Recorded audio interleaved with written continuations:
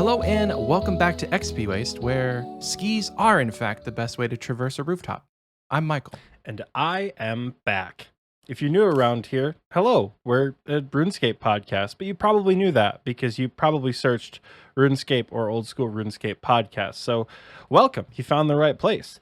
If you're not new around here, I'd like to extend a big thank you to Lise, Dills, and Scape for podcasting in my place whilst I have been gone.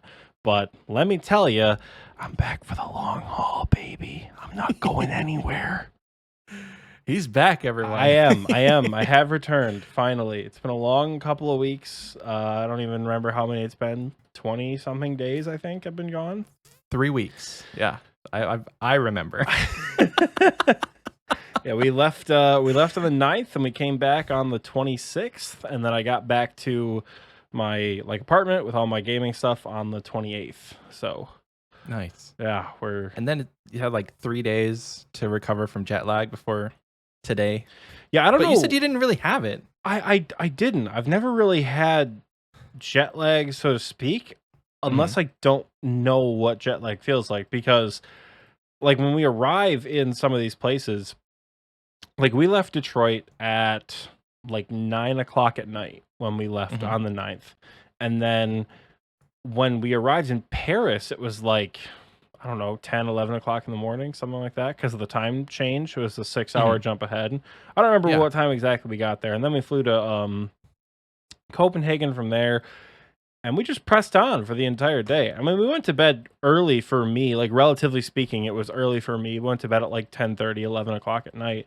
But, as far as feeling jet lag, not so much. I don't think it hit me until I got home that I was just feeling really tired for absolutely no reason. I think that's what jet lag is. But it wasn't in the middle of the day.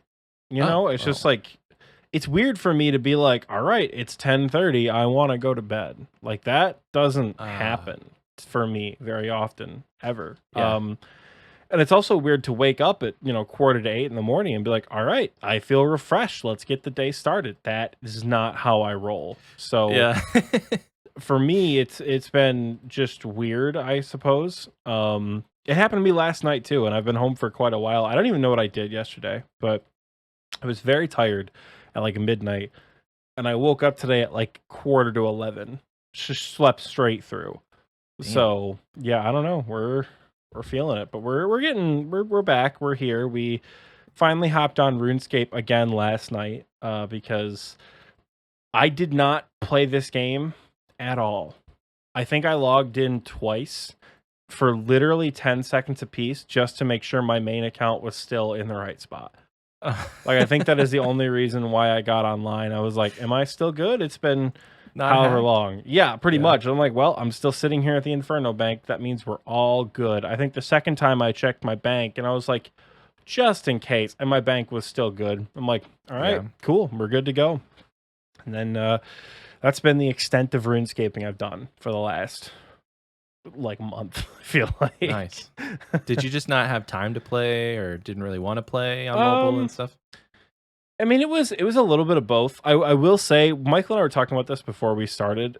The 2 grinds that I've been working on suck. So not doing those on vacation felt pretty good.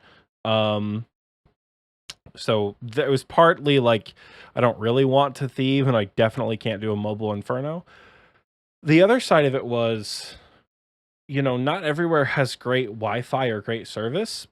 We do international service when we go. So we pay AT&T to give us service wherever we go. So we don't have to worry about only being in a hotspot. If you ever traveled as a US citizen to another country, particularly Europe, you probably know that you can't text, call, or get Snapchats unless you either have the international data or are in Wi-Fi. The latter is a pain in the ass to find. So we just did the data, but even so, it doesn't work everywhere. We took a train from Berlin to Prague, and then we took another train from Prague to Vienna, 2 opportune RuneScape times, and my phone didn't work the whole time.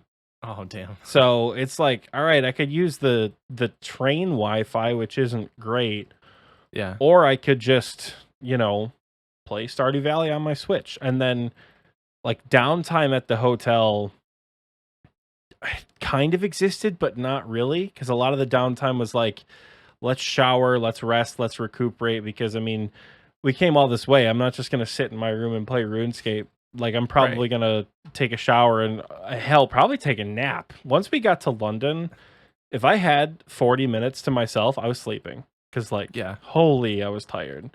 But yeah, no, didn't play a whole lot. Mostly out of like physically couldn't, and then also partly because like felt nice to not do what I'm doing right now, which is lasagna logging at Arty Nights on the main and MLM on the groupie. Oh, So nice. nice. It was a nice little break from that. But yeah, what have you been up to this past week, Michael? I've been hearing some of the updates, some of the GIM updates on the podcast, and I'm still in our GIM group chat. So I'm Yeah. curious, like, how's that been going? It's been really good. I'm on the Barrow's Glove grind. That's a mouthful to say. The Barrow's Glove grind. And I'm nearly there. Like I've got 2 more quests, Desert Treasure and Horror from the Deep, which I honestly should have done by the time this episode comes out, I think. I am editing this one again, so maybe not. Maybe next weekend, but I'll have Barrow's Gloves within like a couple weeks from now. It's just going to be a matter of like the other quest points that I need, because before I get Desert Treasure and Horror from the Deep done, I'm at like 134 quest points, and you need 175. Mhm. So I've still got like 6 or 7 free to play quests, which give a lot of quest points. And then of like the top 10 quests that give a lot of quest points, I've done a handful of them, and then the rest of them are like Grandmaster quests that I can't do. So it's going to take grinding out the 1 and 2 quests to get the remaining like 40 quest points that I need. And a lot of those are going to come from the sub quest from RFD too. So Have you not started RFD at all? I started it to get the bank chest in Mhm. Lumbridge, but that's it. TMD keeps getting on to me. He's like, why don't you just get like dragon gloves? Why don't you just get rune gloves? I'm like, yeah, I mean, I could, but I'm kind of excited just to do all of RFD in one sitting, because Mhm. I've never done that before.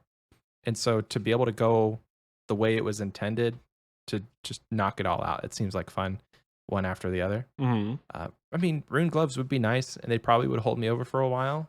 But I want to go straight to Barrow's Gloves. I did Legends Quest, so I got the best in slot cape from 2005. And I've been rocking that. Like it's only slightly worse than the Arty cloak, which has been my best in slot cape. Slightly better or slightly worse? I hope it's not slightly worse. Did I say better? It's slightly worse. Sorry. It actually, hold on, wait. It actually is worse? The Legends cape? Yeah.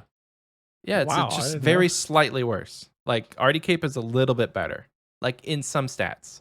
And then Arty cape has a better prayer bonus. And So also a teleport. that too. Yeah.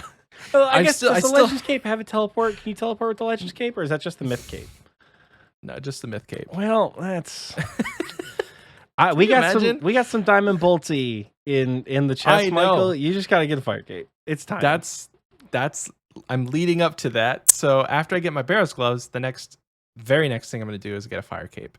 I was streaming last night. Today's Sunday. I stream on Saturdays, and I was joking because I had a medium clue in my inventory, and I was like, I'm going to do this clue, and if I get Ranger boots, I'm dropping everything, and I'm going to just do a fire cape run right now. And I, spoiler, didn't get Ranger boots, Scammed. but it is definitely, well. Here, I'll ask you this then: should I get my fire cape before I get my Barrow's Gloves? Would it help at all with any of the boss fights, or does it matter? I mean, it's probably not gonna matter a whole lot. It's not... The strength bonus is nice, but it's not like you have a lot of other strength bonus gear to really like, add a bunch of max hits or anything like that. If you had like full Torva and an Avernic, but a Legends cape, I'd be smacking you with a stale baguette telling you to get a fire cape. But like, you Sure. got a fighter torso and like rune plate legs. And if I remember correctly, a majority of the bosses that you fight, at least in the final boss fight, you don't fight with melee. Like I think you maybe fight 1 or 2 of them with melee, and then there's the good old Gelatinoth mother, who you have to throw everything, including the kitchen sink, at to kill. But nice. I remembered using a lot of mage when I got Barrow's gloves. So I mean, so it would make a difference then. It might on like a micro efficiency level, but I mean, it's XP waste. Is that really what we strive for here? You're talking to the guy that's wearing a Legends cape by choice. Yeah, he's chosen to downgrade his back slot piece of equipment. But I mean, I think you'll be fine. I think Barrow's gloves are probably going to be better at Jad anyway. I know TMD brought up a point of like where God Van braces for the prayer bonus at that point, but I mean, you know, the faster you can kill the things leading up to Jad, the better, I suppose. Yeah. I don't know. Prayer's not really a huge issue for me because like I have 350 dragon bones in my bank right now. I can just go and get those prayer levels because I think that's going to get me to 60. And at that point, 60 prayer is quite a bit more than I had last time because I think I literally had 43 sending it last time. So it's going to be a bunch easier, and we actually have a decent supply of prayer potions. I'm not trying to like hoard them. I have 60 in my bank right now. Holy, so, like, I have 2. What? I've been gone for a long time. Holy. Yeah, TMD gave me a boatload of Renars because I was trying to get Herblore for Legends Quest. So nice. He gave me a ton of runes. And the man's like almost 90 he's 88 farming. Like he's going. Killing it. He's going. I think he's going to have the first 99 on the account unless I somehow just drop what I'm doing, get a blowpipe from Zulrah, and then you have to drop what you're doing and get 99 fire making. Then I think he's going to be the first one with the 99, and it's probably going to be farming because the man loves to farm. Of course, I looked my dumb ass once again. This is the problem with multi-logging. I looked over and was like, "Oh, I'm 94 farming. What the f?" And that's yep. It's on your main. Yeah, which I have to do a farm run. I literally have done nothing, folks. Remember, I said I got 99 cooking I can train. I got 99 farming. I have not earned a single point of experience between July 9th and July 29th, probably. Did not do anything. Literally logged in to make sure I hadn't been hacked. And I'm pretty sure I gave you guys the off to get on the groupie to make Diamond Bolts E, and that's it. But I went back on the groupie. I think somebody was logged in for maybe 5 minutes, literally to make Diamond Bolts, put them in the chest, and then leave. And then get out of there. I think it was TMD. The man, this is how we know he's a king. I think I was running agility at Sears Village Agility Course. He got back on the agility course and logged out where I was.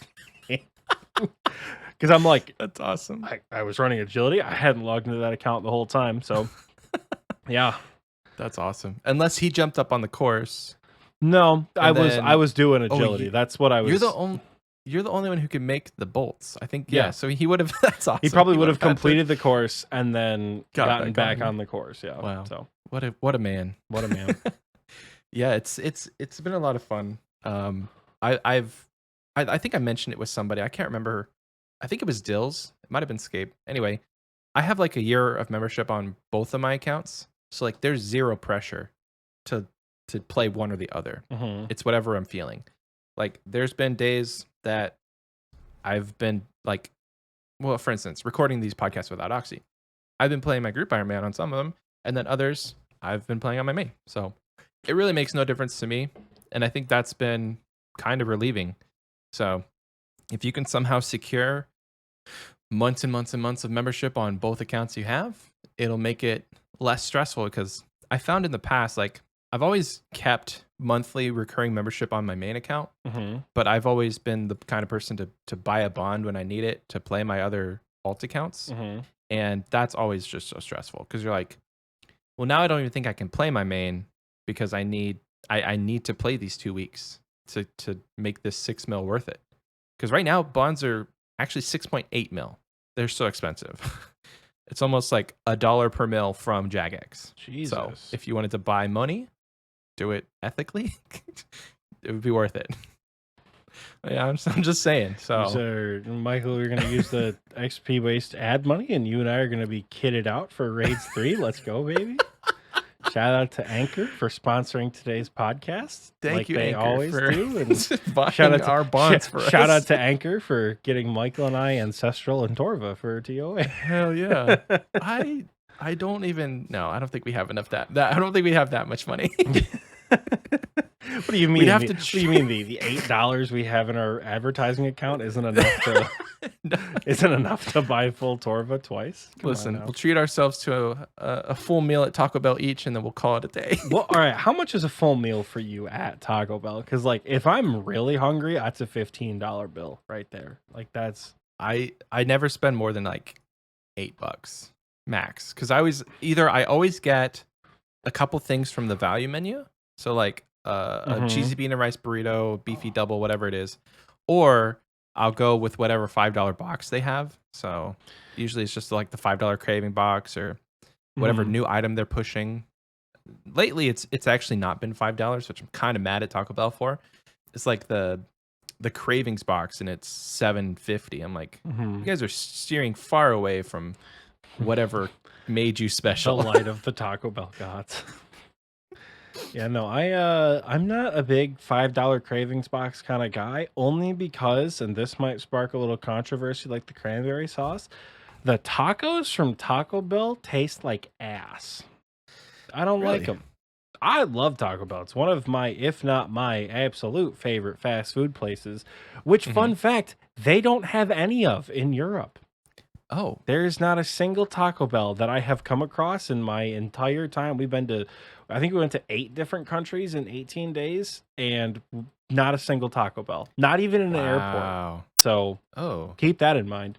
But I think the tacos taste like ass. I don't like the ground beef that Taco Bell uses, just period. I've never really been a huge fan of it. The chicken, the steak, and anytime they make... God, I saw a tweet the other day that was like, here, try 2 of our new whatever things. And someone was like, how do I know if I like them? And Taco Bell's like, does it matter? You're going to buy them anyway. Like, yeah, probably. It doesn't matter, you know? Taco Bell is one of those interesting places that they have a wide variety of things, but it boils down to the same ingredients. Like you have a tortilla, you have meat, you have cheese, and that's your basis. And then you add rice and beans and some sort of sauce. But that's the combination. That's like the ingredients for half of the stuff on the menu. It's just prepared differently. Some things are grilled. Some things have, you know, like the crunch wrap. It's basically a taco, but you have like a little crunchy thing in there. So it works.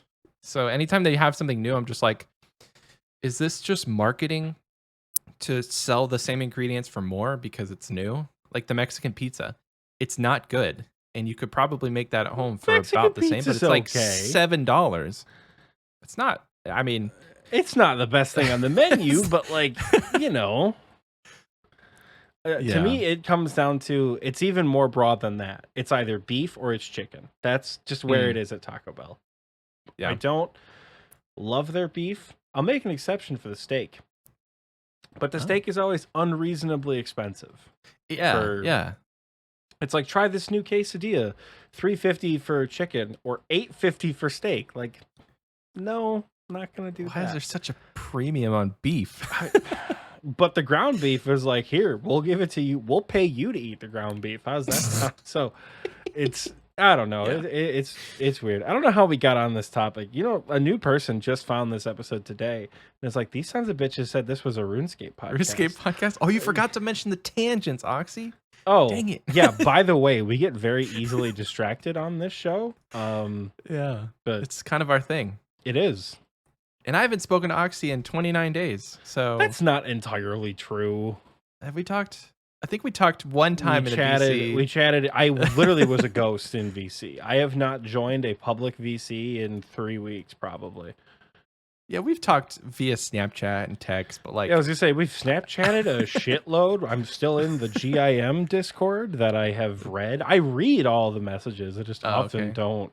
I feel like it's just me and Team D's like PMs at this point. At this point, yes. Recently, that's what it has been. Yeah, I'm like, you guys are killing on the group Iron Man. Yeah, because like I'm not logging into the GIM on my phone to do anything. So... But we're here. We're back. We're home. We're back on our bullshit. We're lasagna logging. Yeah, we're here for it. We're doing it. Guess. Yeah, we're ripping ourselves away from Stardew Valley and Ark, and we're playing some RuneScape. Yo, speaking of Stardew Valley, we got my wife a computer, a PC. I don't know if I told you or showed you pictures or anything, but like you did not. She's got a fully fledged PC, and she's been playing a lot of Stardew Valley. So you setting it up in the same room as you, or no? No, she's got it in her office. Nice. Yeah, nice. I'll send you a picture after this. Nice. Yeah, so what happened was Prime Day, and I don't even think I told you this. Prime Day happened, and on a whim, I just bought a 3060 graphics card. Yeah. I was like, I don't know if it's actually helping with the editing, but you know, I'm trying to make myself feel better. So I got a 3060 graphics card. I got 32 gigs of RAM, and I just had these old components sitting around now. So like I had 16 gigs of RAM. I had a 2060 Super, and the conversation kind of got sparked after she was on the podcast, and we were talking about gaming and, you know, all that kind of stuff. So she was looking at getting a gaming laptop, and it kind of just happened that it was going to be around the same price to get her an actual PC that's upgradable versus a gaming laptop that is harder to upgrade, but still can kind of be. So all she needed was a motherboard, processor, and a power supply, and a couple other things, got fans and stuff. But I had an old case laying around. So like she got it she got it pretty cheaply, which is great. But yeah, I'll send you pictures after this. But she's been playing, the whole point of that was she's been playing Stardew Valley. Hell yeah. Stardew. I'm playing it on my Switch though, not my PC. Yeah, she has it for Switch too, but she prefers the PC. I don't know. Controls, I guess, are easier. That's what I've heard, but I'm about to start year 4 on my Switch, so I'm not about to jump ship and start that all over again. So damn, we're committed to the Switch life now, I suppose. What throws me off with that game is that every 10 minutes is like 4 seconds real life. Yeah. And it's like, you must be walking very slow to only make it from one side of your house to the other, and it took you 30 minutes. Yeah. But in real life, it took like 8 seconds. I'm working Throws me off. I'm working on getting those teleporters that you can just like bounce back and forth between parts of your farm. But that's a thing? Yeah, that's end game shit. Damn. The Stardew Valley end game is surprisingly intricate after the recent update, like last year or something like that. I thought it was just gonna be make money and farm and call it good, and then it's like, all right, congratulations, you've beat the main part of the game. Here's Stardew Valley 2. Like that's pretty much what it's like. So it's a lot of fun. Yeah. Damn, there's a green stack of Marks of Grace on the ground right now. That's cool. What? Arty just poops out Marks of Grace if you've never ran the Arty course. So the whole time we've been talking, which is 20 minutes, I've gotten 10 Marks of Grace. God damn. So one every 2 minutes. So just 100K sitting on the ground right there. It's really good. It's a good moneymaker if you need it. You don't have to. They just sit there indefinitely. So you're just letting them stack up forever. Until you log out. Yeah. If you log out, then bye-bye. So I pick them up every 10 just because I don't want to DC and lose them. But I just let them sit there. You don't really have to pick them up. It's a weird mechanic. I don't know why it's like that. And it's not like that on any other course. Because they just don't despawn. I'm not trying to push the limits of the time, but I just know like we've been talking for 20 minutes and they're still there. So it might be 30. Some instance areas are 30 minutes like that. I don't know. Who knows? True. Maybe they just never go away. Maybe. I'll Google it. I'll satiate my curiosity with a Google search. What a sentence right there. What a 21st century sentence that was. Holy. You should use it in your everyday life because it's quite nice. Yes, let me satiate my curiosity with a Google search. Yes. What are we talking about today? We're talking about a whole lot of things on a very kind of superficial level again. So kind of getting back to reality and getting reacclimated with the world of RuneScape that I have been away from for what feels like an eternity. You're a RuneScape player. You understand what I mean. A lot of things have happened. They have updated the C++ client, which, again, still don't use. because that's No, on nope, nope, nope. Steam. Don't use the Steam client unless it's on the Jagex launcher. I'm not entirely sure. I haven't checked the Jagex launcher to find out. Yeah. But 'Cause we they've could- updated the heck out of that. There's a whole lot of like RuneLite features now. I'm pretty certain they've added.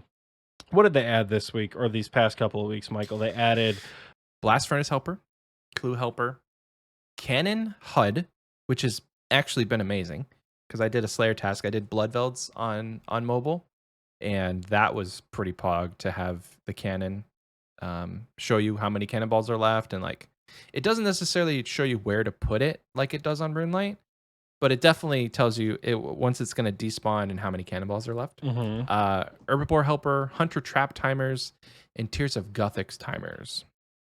That is the full list of things they added last week. The biggest one, though, I think a lot of people are talking about is the Clue Scroll Helper being kind of controversial.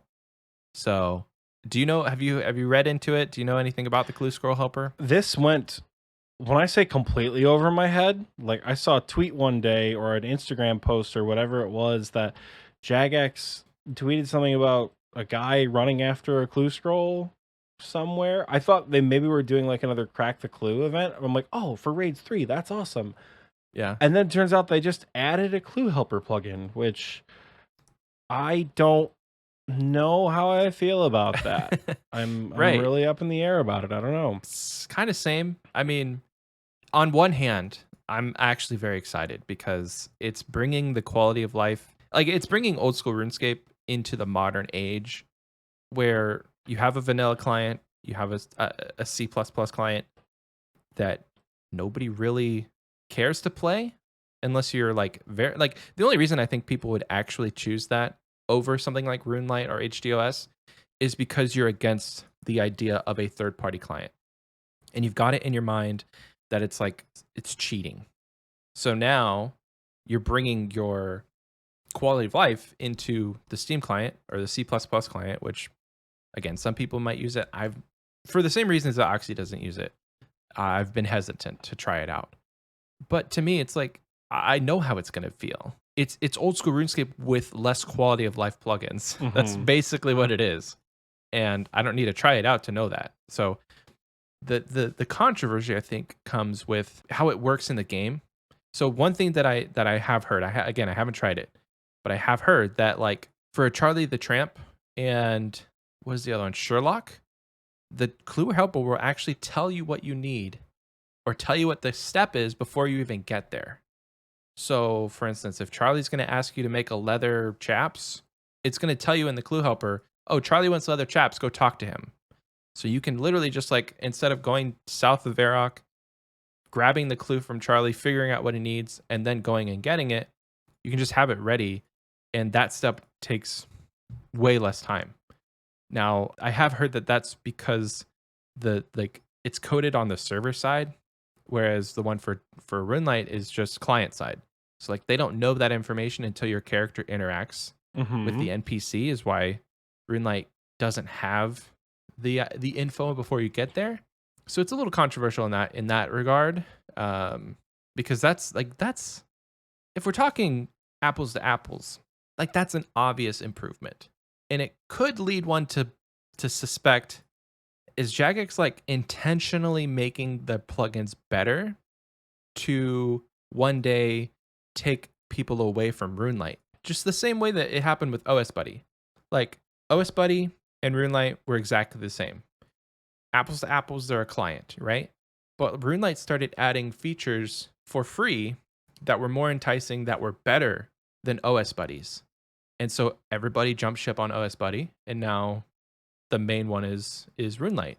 So like you got to think from a developer standpoint, you have your own client, but nobody uses it. Well, how do you get people to use it? Like I'm thinking business terms here. Like they're sitting in a meeting, they're like, guys, we have to figure out how we're going to get people to play on our client, because say they add microtransactions one day, they're going to potentially be able to advertise that kind of stuff on their own client.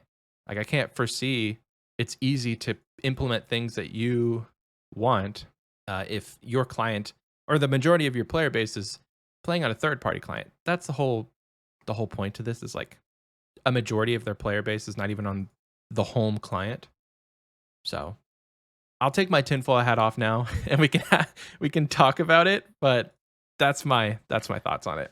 I don't know if it's as tinfoily as you might think. The thing with that is I have 2 points. The first being, I guess, like, as far as the clue scroll helper plugin specifically, it's never been in the main game, and clues in the main game are kind of difficult to solve without it. Whether it's the puzzles or the anagrams or the coordinate clues, you know, some of the riddles are fun to solve, but like, I ain't got time to whip out my sextant like I did back in the day.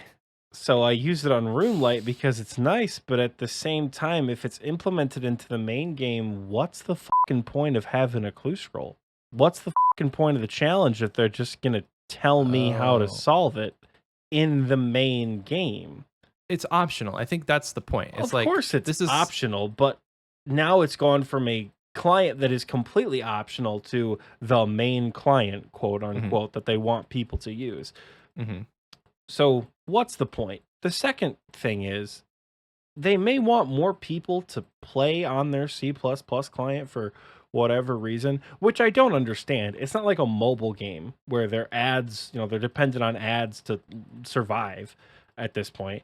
Jagex and Old School RuneScape, I don't think make a boatload of money on people playing on their client, because if they did, RuneLite just wouldn't exist. Yeah. Period. Yeah. But if you're trying to convince people that your client is now suddenly better, at what point are you going to look at yourself and be like, all right, it's too little too late? Like, cool, you're finally starting to catch up on features that players have been used to for like 5 years. And you want me to jump ship without bank tags, without tile markers, without any sort of indicators that I have set up on RuneLite, without any keywords, nothing like that. You want me to move to a new client to play the exact same game, where that's the opposite of quality of life for me. Oh yeah. Like, until I don't even know if I would ever leave RuneLite as is, because it's weird to say that it's so like anti quality of life for me to move to the C++ client as it is. Even moving to HDOS is anti quality of life. I follow the people who make HDOS, the HDOS devs and all that, who are making it look awesome. And wow, does it look awesome. And sometimes I log in and I'll do Slayer tasks or I'll do a boss just for fun, because wow, that was like peak RuneScape for me. The minute I go to gear for something else, I'm right back to RuneLite, because I know what I need, but like at this point it's just inconvenient to dig through my tabs.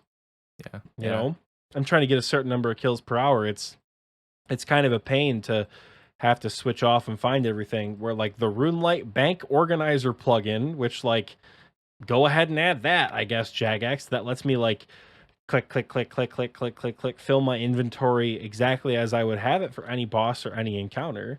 It's just not, it's too little too late at this point. Like, I applaud them for trying, because at the end of the day, if they fix the client, they're probably going to fix a lot of things within the game that need to be fixed. So there's no wrong that can come from them fixing the C++ client or making vanilla RuneScape not shitty. But what do they really hope to accomplish? Which leads to the tinfoil hat point of, they're doing this because they're going to shut RuneLite down. I don't necessarily think that's going to happen, because how do you think they're making all these plugins? Who do you think is helping them make these plugins? Adam from RuneLite. How do you think? What? How do you think they're doing all this stuff without the help of people at RuneLite? Right? Well, all the ideas for these came from RuneLite.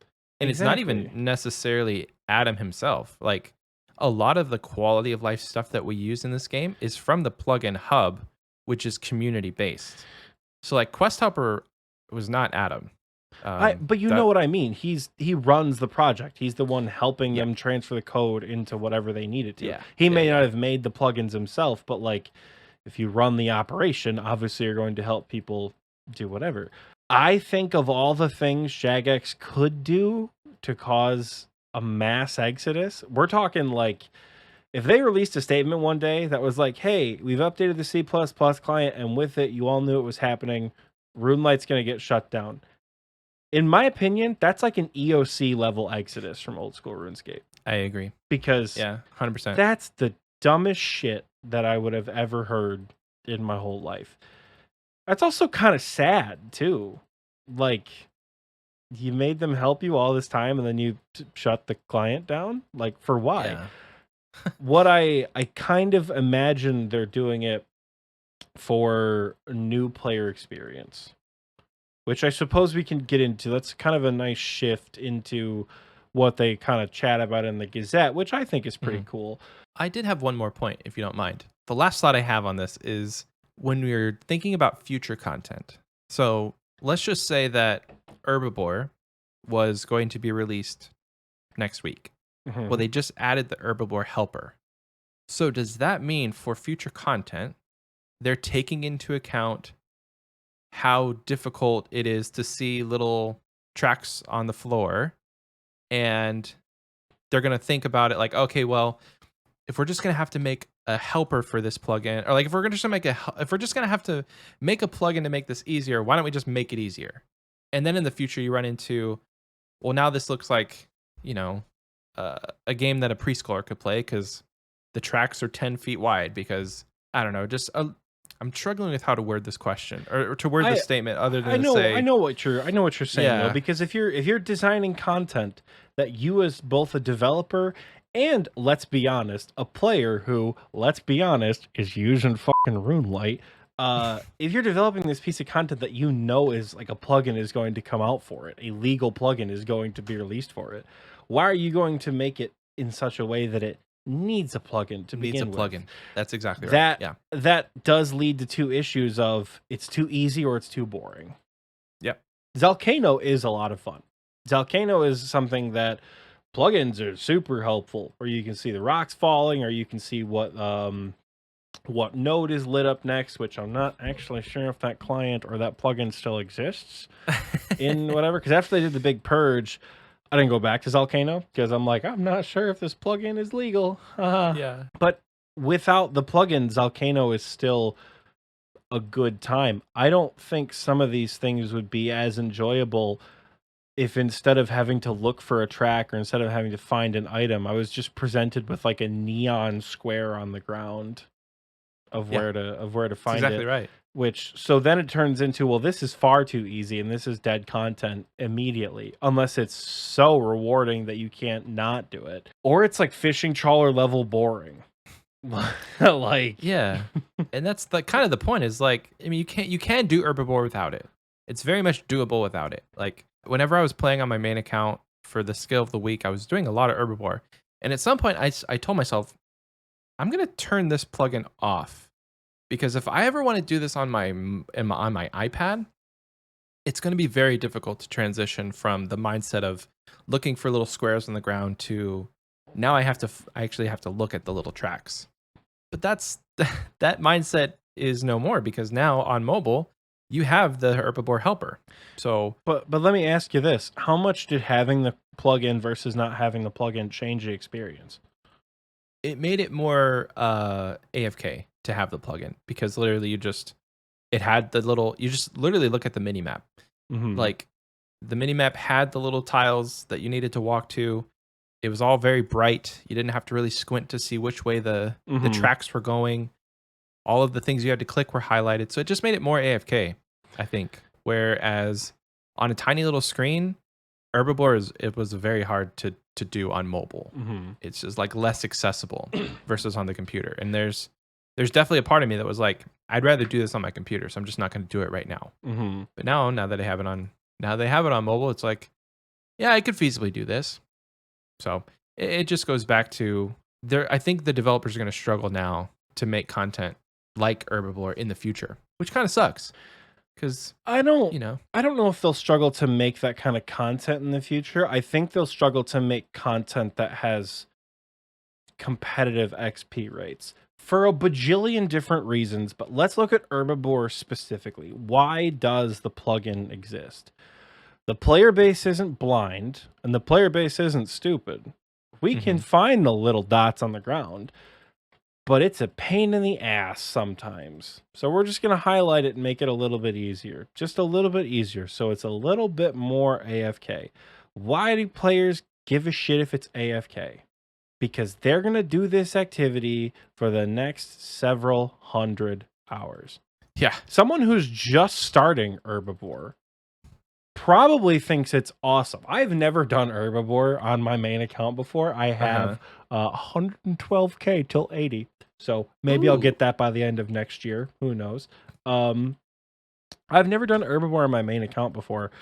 If I had never done Herbivore, period, never done it on leagues, never seen my friends do it, it's a cool concept. You track something all over this prehistoric island, and then you get rewarded with potentially high-level herbs. And with 90 herb lore, I'm probably going to make a little bit of good money. Not the best money in the game by any means, but maybe I'll snag a Torsal or a Snapdragon here and there.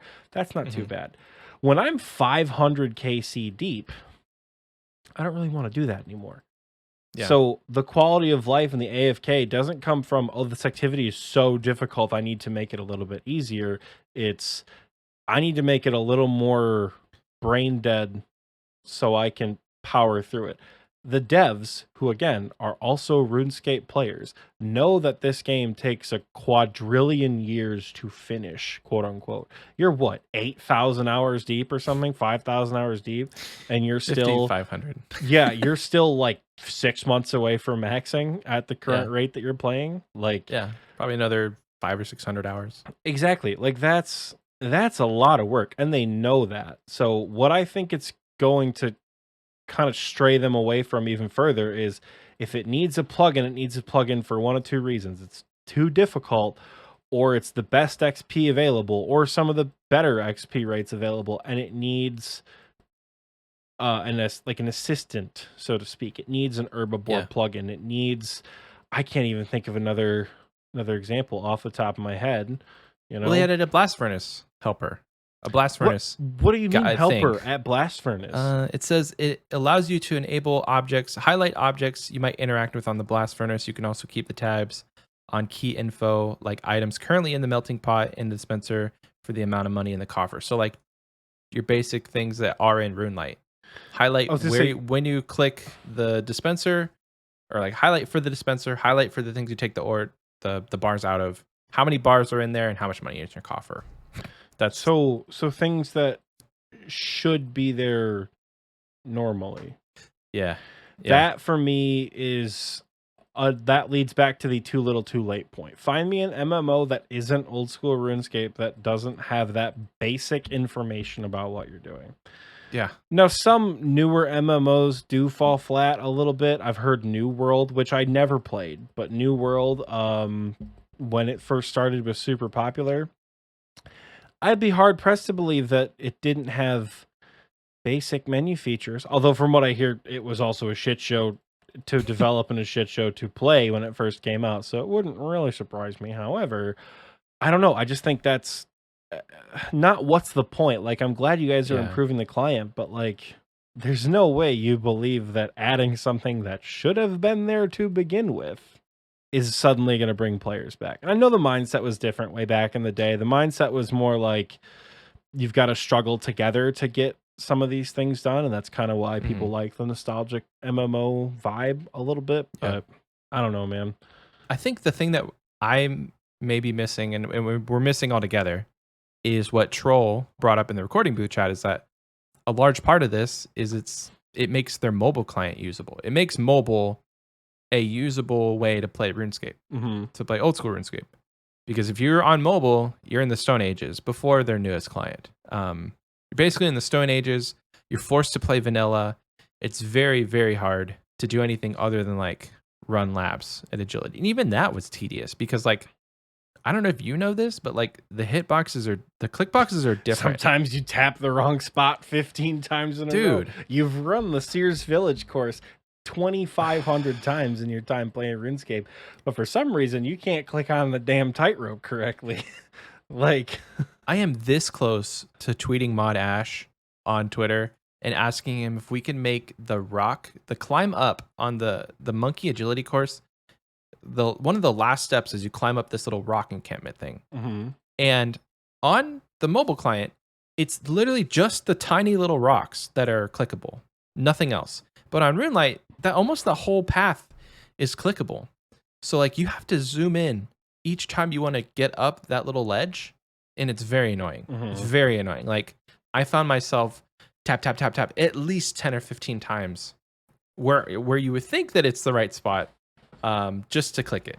So I guess it's best to look at it in the lens of they're adding these things for mobile players who are already playing RuneLite as their main, and now they just have their, they have their favorite features on a mobile client rather than, I guess, focusing on this is going to be used on C++, like the Steam client, because I would love to see the numbers. If somebody could show me the numbers of this is how many active users are using the Steam client specifically. I think that information's public. We could find it if we really wanted to do some digging. We could find it and put it up on screen, but we could do that. I'd be very, very interested because my expectations with that is that it's low. I'd be very surprised if it was high. I don't know. Yeah, I agree. I mean, mobile clients obviously important. Nothing wrong with upgrading the mobile client. Like I said, there's nothing wrong with them adding these features. I just don't think it's going to drag people away from RuneLite. But you bring up a good point that maybe that's not the point to begin with. It would be uber shitty if they took RuneLite away. Again, EOC level Exodus if they did that, because that would, whoo boy, as a RuneLite player, that would be tough. Would you stay if they said RuneLite's gone? You can only play on the mobile, or you can only play on the Steam. Like in a perfect world, they fixed it. Like you're not in jeopardy of being hacked easily through Steam. Like take all that out of it, and they said RuneLite's gone, and add to this that there's a lot of caveats. The other caveat is they've added a lot of the features from RuneLite. They got it to a point where they more or less are clones of the same thing. Maybe there's a couple that you're going to lose. Would you quit? I mean, I don't know if quitting is the right word. I don't think, if you're listening to a RuneScape podcast, back me up here. Is it possible to quit at this point? Like is it possible to truly? No. I feel like at this point we're lifers for old school. So if they did I'm playing this game until the server shut down. Yeah, like that's the only thing that's going to stop me. I don't think I would leave out of spite. I don't think I'd be one to leave, but then again, I have 4,500 hours logged, and I'm pushing one of the biggest achievements in what I see is like one of the biggest gaming achievements ever to get the Infernal Cape. Like it would be hard for me to be like, all right, time to become a Stardew Valley podcaster now, or time to become a Halo podcast, like, because that game's doing so well. The epitome of first-person disappointment.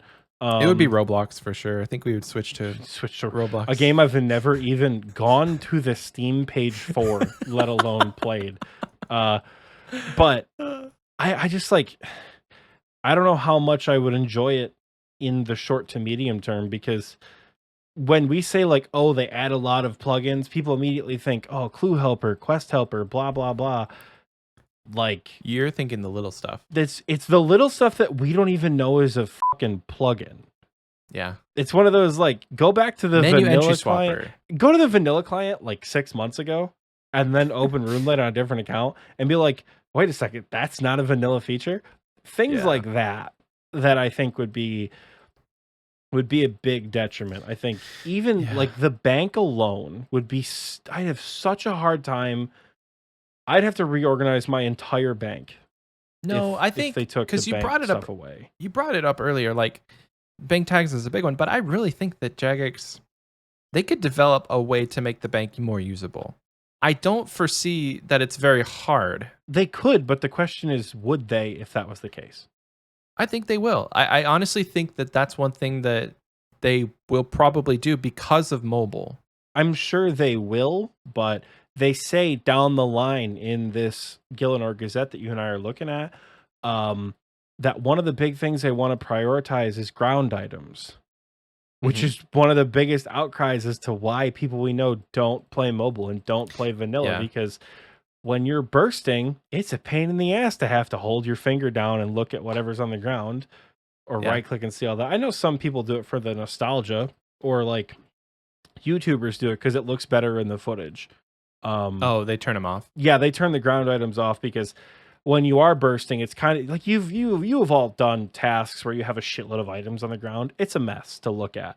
So Killing Dagonoths is the word. Like in the lighthouse, just cannoning Dagonoths. yeah, There's anything stuff you can like everywhere, machine dude. gun with a cannon or kill with ice barrage or something like Kraken, where you just like sit there and don't pick up the loot forever. It's like You know, 3-inch stack of items. exactly. Yeah. So like sometimes it's turned off, but like that's not in the game, and they're still talking about adding that. They've talked about upgrading their C++ client. When did they start that discussion? Was that like last year sometime? 2021? They talked about the 3-step roadmap to like add shit into the new client. I forgot when that news post was. It's either been a year or 2020. Like it was in 2020 or 2021. I think it's it been was a while. 21. I think it was 21, yeah, but maybe it was after the summer summit, which even then was a year ago. Yeah. Can you believe that? The Summer Summit was a year ago. Did we get everything? Besides what we are talking about, the mobile client, we got everything from that, right? We're going to get raids soon. We got Group Iron Leagues Man, 3, Raids 3, Group less Iron than a Man. month away. Raids 3, Group Iron Man, Deadman mode, Leagues. Yeah, we got all of Leagues, it. all of Which, okay, like, so where's our Summer Summit 2022? I know, Probably dude. buried underneath all the shit that Raids 3 is going to release, which, yes, we know that Raids 3 got a release day. We're going to address that right now. August 24th, mark your calendars, take time off, be sick that day, don't have a job like me, whatever you're going to do, make sure you have that day off so you can play. Oxie, I got 24th, 25th, and 26th off. Hell yeah. Now we just have to teach you Theater of Blood in 2 weeks, and then you'll be good to go. No, I'm just going to go into TOA. Forget TOB. Forget it. We're teaching you TOB, Michael. I don't think you need TOB knowledge to absolutely to not. The first people that like, so when TOB came out, there was a race around the world to get the first completion, but it took people like 8 to 12 hours to get their first completion at Theater of Blood because they were running around the arena T-bowing Verzik, trying to like, they thought the lightning bolt was like guaranteed damage, like you couldn't do anything about the lightning bolt. It was a mess. They T-bowed everything. They were T-bowing bloat for a little while. Oh gosh, dude. Like if you watch the Wooks and Bodhi video, they go in with like max range, a twisted bow.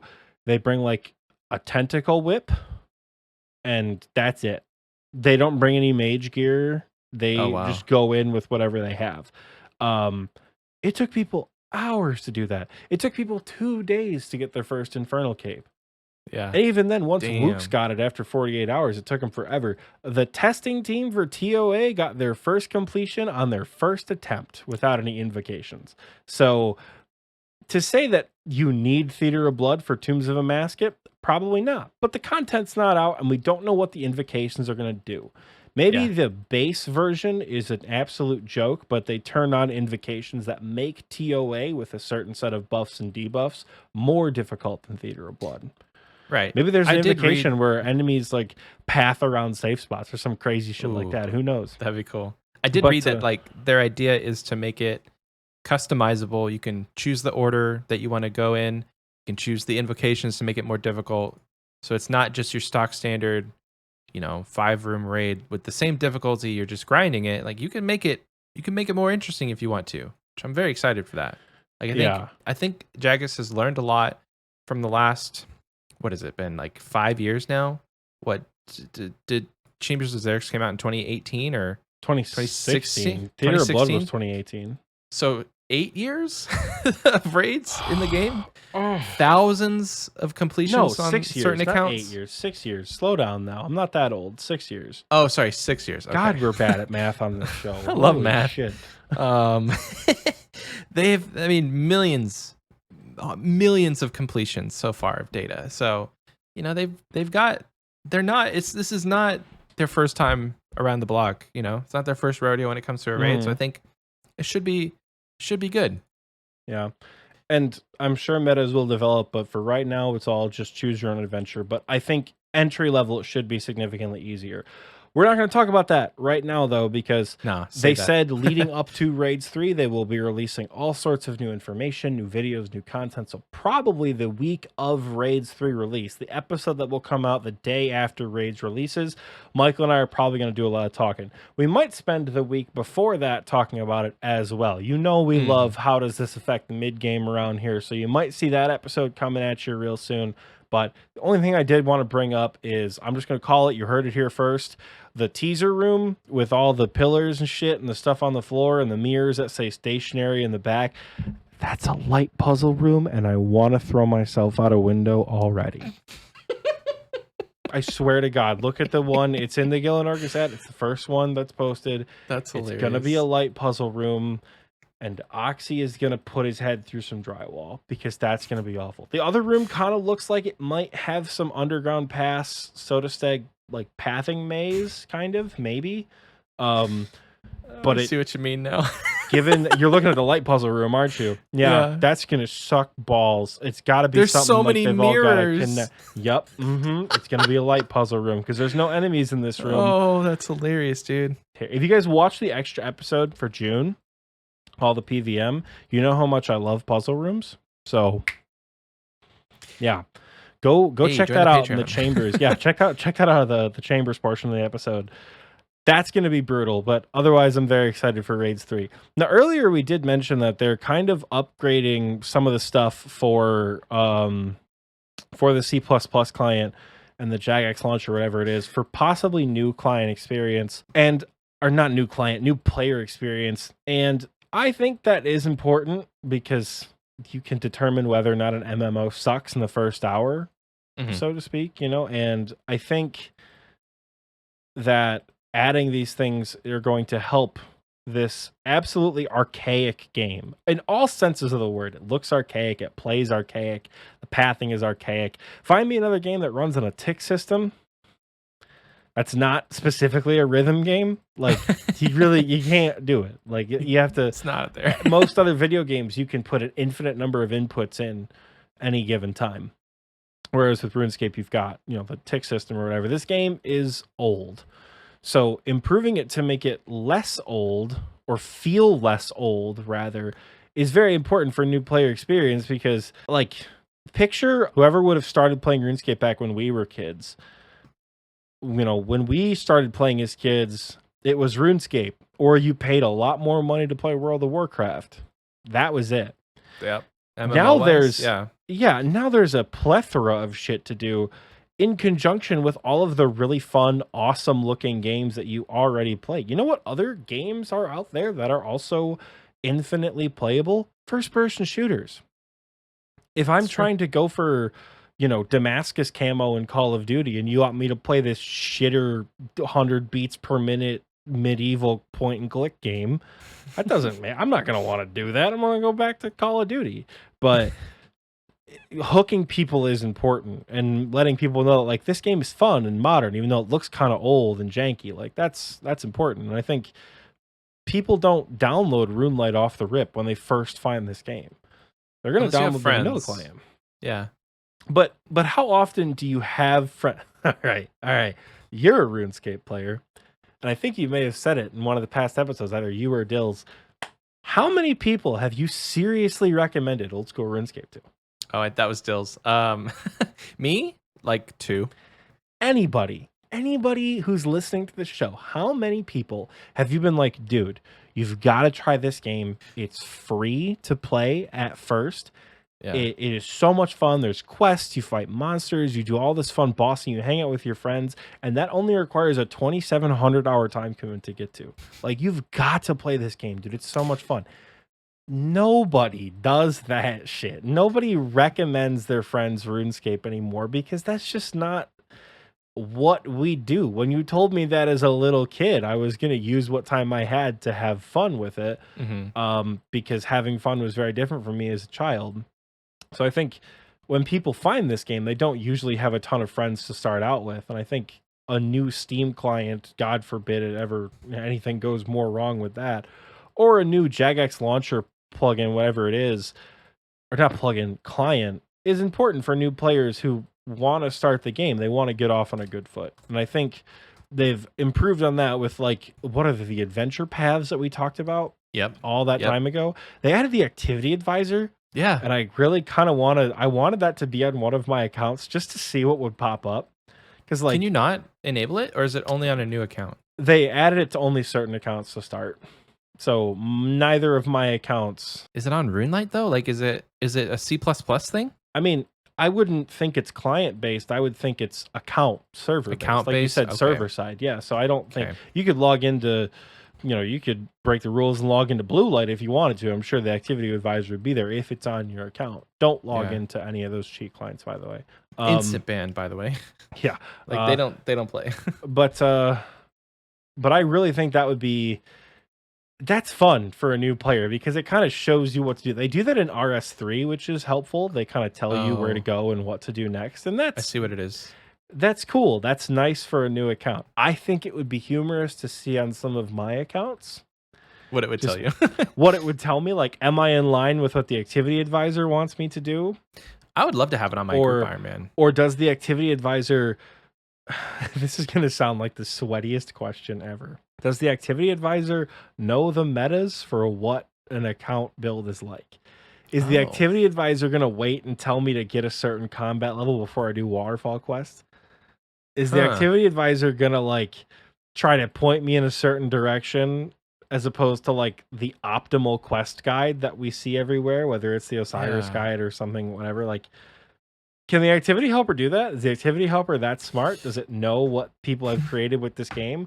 Or is it just like, yes, you have achieved 13 combat. Time to begin the sheep herder quest. Like, is it just that mechanical? Who knows? I would think it'd be very interesting to see. So I can't wait till they roll that out. And it will be very helpful for new players who join the game, which there's got to be some decent amount of new players joining the game, right?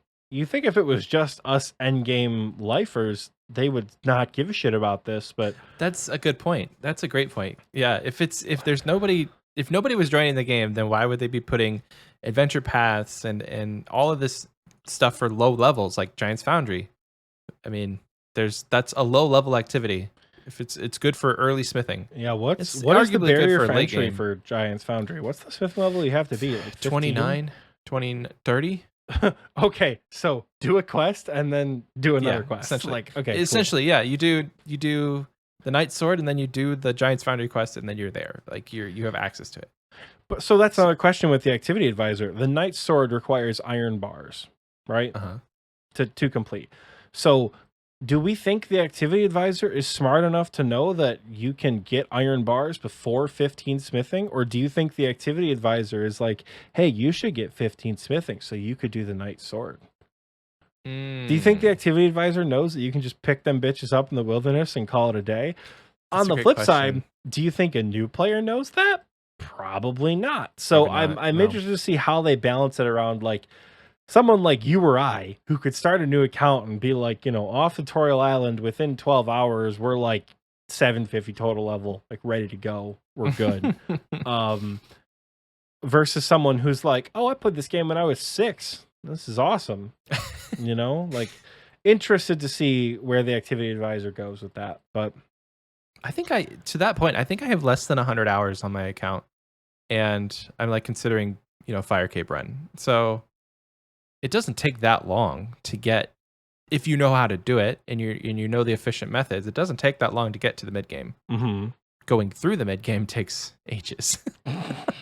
You're like, it takes you 100 hours to get to the mid game, but then you're not leaving the mid game for another 1,000 hours. So I have apparently 432 hours logged on my group Iron Man account, damn. Which is gross. I don't know how they did that. How many days do you have in your GIM? Let me log out and check. I'm actually curious. I thought it was 100 hours. Give me 1 second. It's gonna be like 300, something like that. 14 days.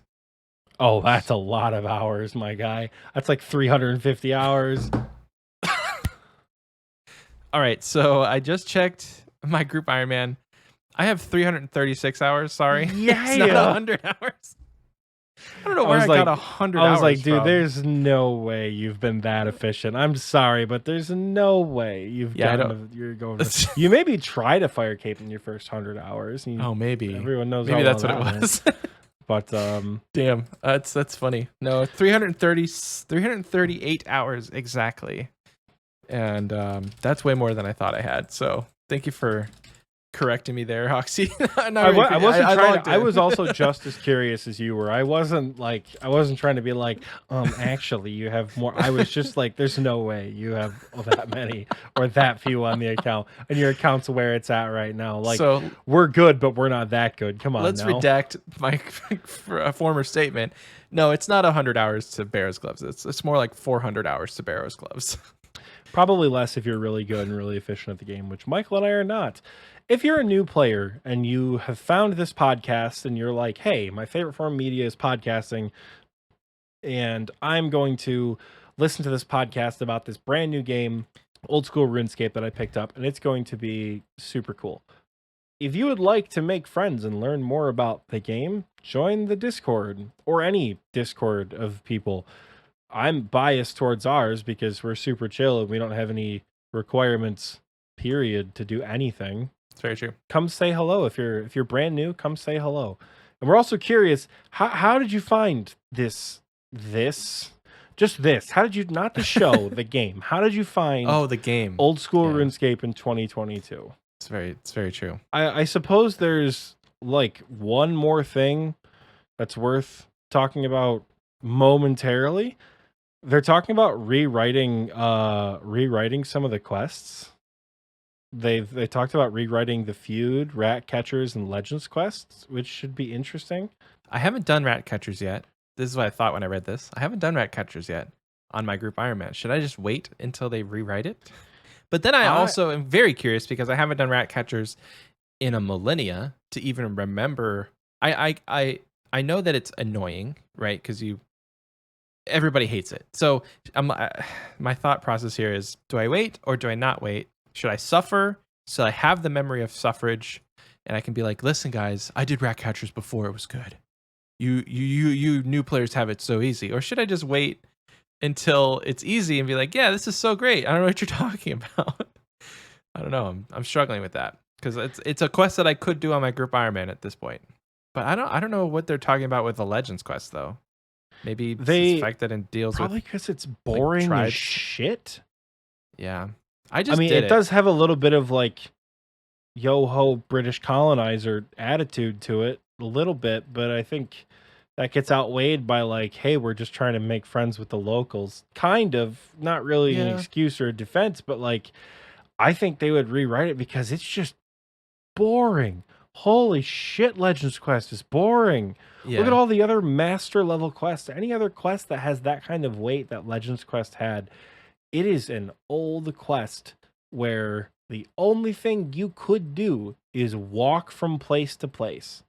Mm-hmm. And that's all Legends Quest is a shitload of walking and a super uneventful boss fight. Like, but which is also irritating because you fight the boss like 5 different times. 5 times, yeah. Yeah, and it's not even, it's not a good time. So I think they're rewriting it because it's just old. It needs a tune-up. Mm-hmm. Rat catchers because it's a disaster, and the feud because they kind of touched that like diversity and inclusion. They a couple of white people sat around in a room in 2005 and were like, all right, we're making a desert. We're gonna name everyone Ali. That must be the only name that Arabic people have. Very is funny. Ali. No. Yeah, it'll be hysterical. Ha ha ha. So they're gonna redo the feud and hopefully give it a more like, I don't know, modernized touch to it. Maybe improve the story as well, because they made a comment that like it kind of gets drab in the middle. I'm like, does it? It does. It really does. Because you don't, you're like running back and forth talking to various bandit members. You're not like doing anything fun. You're just having conversations with people who don't like each other. You just straight up murder somebody as a favor. Yeah, and then everyone gets pissed off at you in the town for like taking all the bandits away. So it's a very weird quest. You know, the whole like obvious racial ineptness, whatever word I'm thinking of, aside, the quest is just not that. It's okay. There was lore behind everybody being named Ali in that there was some sort of reward that there was like an inheritance or something that somebody gave to somebody, but the only name they put was Ali. So then everybody in the town changed their name to Ali to try and claim the money. Like that's how they wrote that off, I think, but still. We can do better than that. Yeah, yes. We had a Pride event, which was fun as shit. And if you did the Pride event, if you weren't rioting in Falador, which people got banned for, which is hysterical. If you did the event, remember when you're like you're trying to get the two girls to like admit that they both like each other, and you talk to the two guys about it. Those four, I think, were like LGBTQ activists of the past 60, 80 years, something like that. Oh, that's Forgot cool. who they were specifically, but they're homages to those people. So if we're going to do that, we kind of need a better excuse than, there was an inheritance. So everyone in the town who happens to be brown and Arabic is named Ali. We have to do better than that. Come on now. Agreed. I think that about wraps up the Gazette and whatever else we were going to talk about. There's a couple more things in the Gazette. We'll have it linked down below if you guys want to read through it. They're doing these monthly now, which is really cool. They stopped doing them for a while. I don't know why, but now they're back. Other notable things you could read are going to be in there. It's going to be in the link below. So check it out. Is it time to go to break now? I do believe so. It may just be time to go to break. Alrighty, guys. We'll see you after this.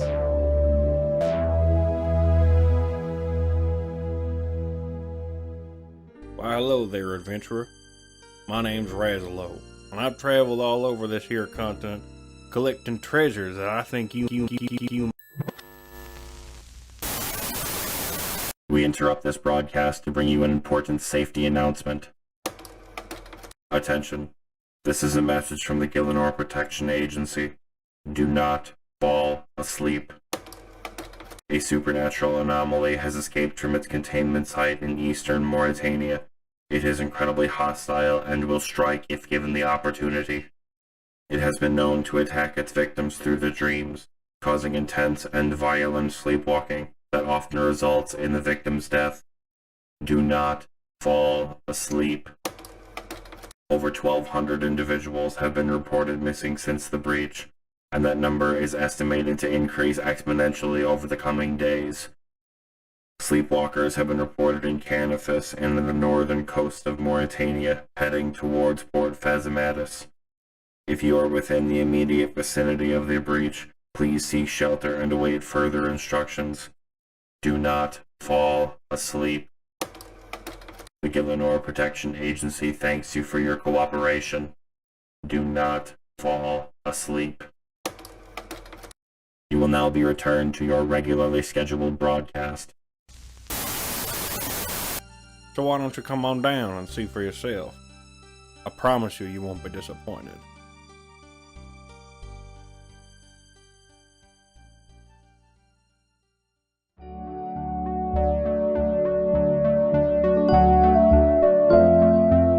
Welcome back.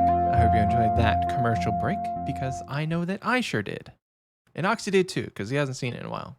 Is it really bad? This is What? Can I admit something that's probably going to be really bad? And probably some people will be like, oh my God, I do the same thing. But like, Yeah, go for it. I fast forward through the commercials when I listen to these podcasts on Spotify. Okay, hear me out. I feel like I have the right to do that because I made probably 90% of the commercials. And sometimes I edited the episode that I'm going back to and listening. So, like, I feel like it's okay if I do that. Yeah. But at the same time, I know other people do it too. I don't know. It's probably really bad that I fast forward through my own show, but I think if it's your first time hearing that specific commercial, then you probably want to listen through it. But like we've been recycling the same ones for the last 8 months. Well, our commercial guy has not gotten off his ass and made any new commercials. So, And the intern commercial guy is scared to make a new commercial. the intern commercial guy should just make a new commercial and see what happens. See what happens. While Yeah, the main commercial guy is there's no excuse. I wish, yeah, I don't know. Well, it is time now for our Patreon shoutouts. So this is a part of the show where we give a warm and lovely and heartfelt thank you to all. I mean, all the adjectives, all of the shout outs and thank yous to our lovely patrons, starting with the Wise Old Man tier. A big thank you to Scape Caution, Logio, Ballimer, Basket, Benjamin R, Pork Jerry, Bloodman aka Young Kyle, Hadad Bod, C Gladney, Morty, Cream Tam, Drum TXT, Duke Bradley, D Falconer, Flying Castiel, Forestry, Fortimus, Francine 1225, Imby Jones, Jack M, Jake W, Jerry, Jordy, Potato Pancake, Posh Padre, Mag Morpheus, Mima, 999999, Ninja Turtle Ruby, Not a Hippo, Obsidian Paladin, Okami Damashi. There it is. Ice, Qualo, Fury, Salted Snake, Soggy Waffles, Shadow, Skalaxin, Skoldveg, Solaire OS, Sweet and Tangy, The Chungaroo, Troll, Tyler H, Valdon, and Zach without a K. Thank you so much to everybody in the Wise Old Man tier. Moving on to our KBD tier, huge shout out to Oxie's dad, also my dad, your dad, Jake's dad, everyone's dad, GIM Stones, Kroll, the Lord Jake himself, our third favorite Patreon supporter, Ralph, Spartan Fire, and Toast No Toast. Thank you so much to everyone in the KBD tier for your support. If you would like to join our Patreon, you can head over to patreon.com/xpwaste. We have tiers ranging from $1 all the way up.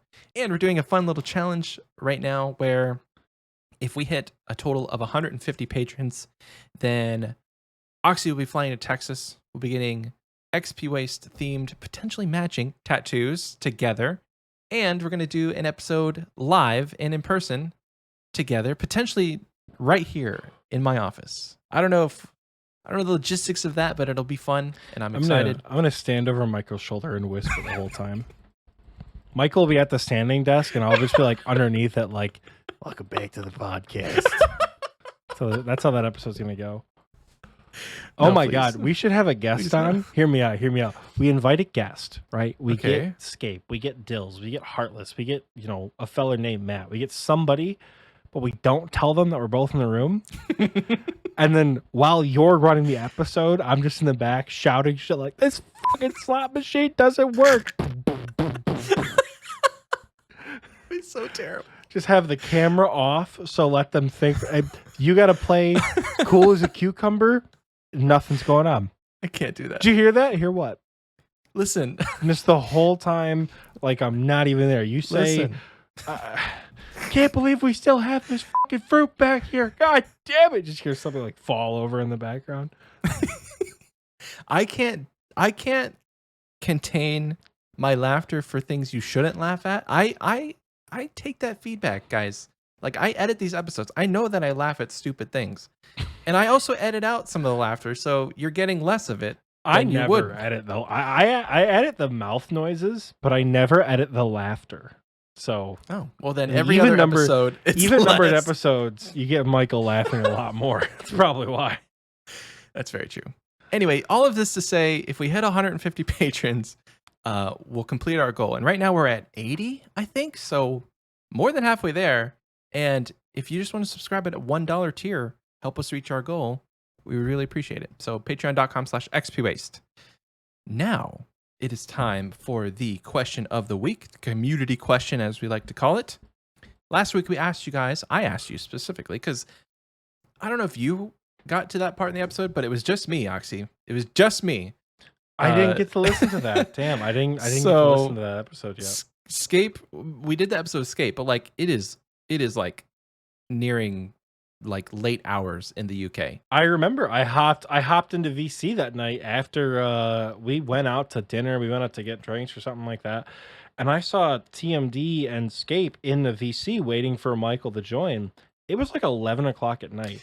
Yeah. Fun fact about Europe, specifically for people in the United States who have never left the United States, open alcohol is legal like everywhere. Like pretty cool. You can go to a convenience store or a grocery store, which they have everywhere, by the way, which made me very upset about food deserts in places like the United States, because you mean to tell me that a city that was built in the 1300s has a fucking Tesco, but Brooklyn, New York doesn't have any real grocery stores? That's just unacceptable. Other than that, you can go and buy like any form of alcohol you want and just drink it on the street. I understand there are some rules, some places, like, oh, you can't drink on the tube, but you can't drink on the tube. It's kind of like saying you can't jaywalk. Nobody really gives a shit.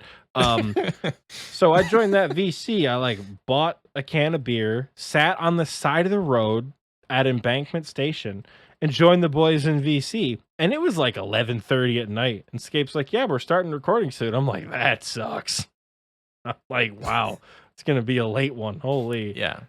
So it was just me doing that part, and I asked you guys last week. All that to say, what does your username mean? Does it have a backstory? So that question popped up because we got into why Scape's name is Scape, and it's a kind of fun thing. If you haven't heard it, go listen to last week's episode. So we've got Moist Sean. It says Moist Sean here. I was in a clan called the Moist Makers. We believed our mission in RuneScape was to arouse other players and, well, make their trousers moist. So we named ourselves Moist.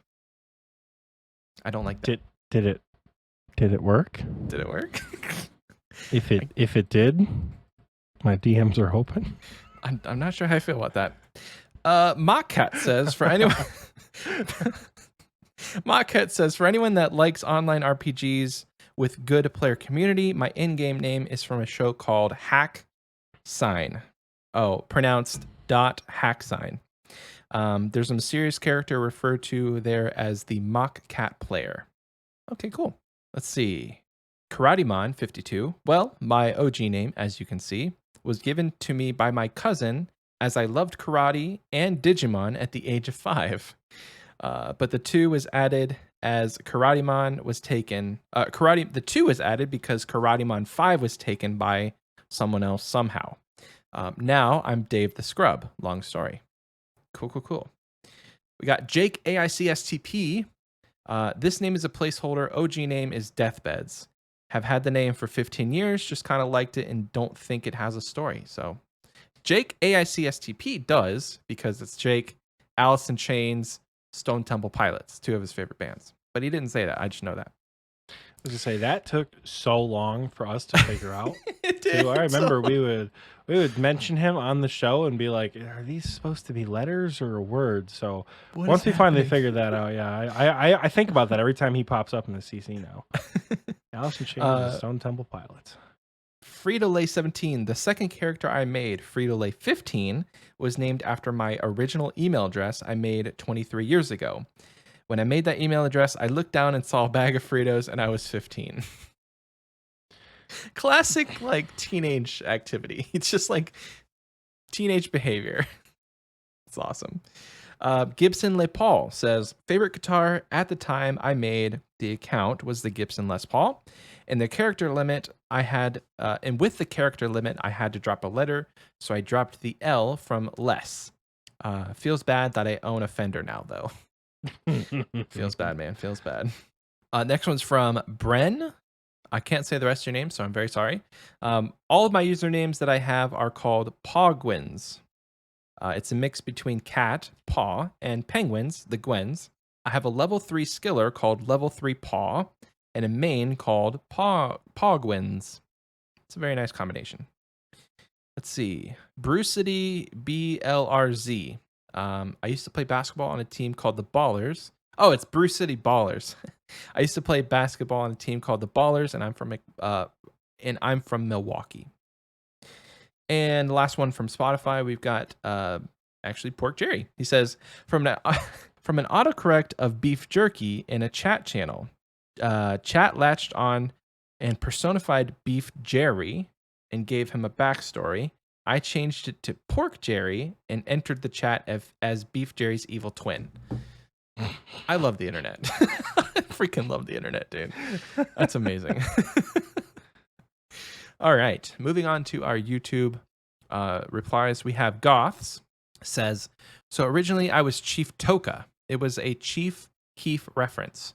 But I got tired of people asking me gang-related questions when I'm playing video games, so I switched to Goths. I consider myself Goth, and I very much resonate with the Goth/skater aesthetic, so I went with that on OSRS. It helps that I also have the original Goths username on League of Legends. Very nice. Next up is Jordy. He says, I have too many. Oh no. My main, who is banned, was named Robale, combinations of the names of my dog, which are Rover, Rocky, and Bailey. My new main, old name, was Jordy Act 4. Jordy is my real name, and Act 4 comes from JoJo Part 7, where a stand name was Tusk Act 4. I read that out loud, and I still don't understand what he's saying. Anyway, all my current played accounts are based off my Iron Man named Jinra.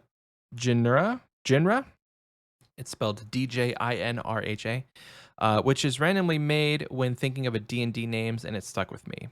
Jinpaki is my current OSRS main account, which is a combo of these two names that you can't read, and they're from Tekken. Zerjin, I just don't think I'm saying this right. Zerjin is my RS3 Hardcore Iron Man's name, where Zer sounded cool and sort of like a rank name, but still keeping the Jin part of a Dinjar. I keep wanting to say Dinjara from Mandalorian, but that's definitely not how you pronounce it. Next up is 999, spreading the positive energy of Juice WRLD. Tried to share with the world. D Falconer said my RS name is literally just my initials plus a 0 because my initials weren't available, which is DMF0. Very nice, very nice. Doombar.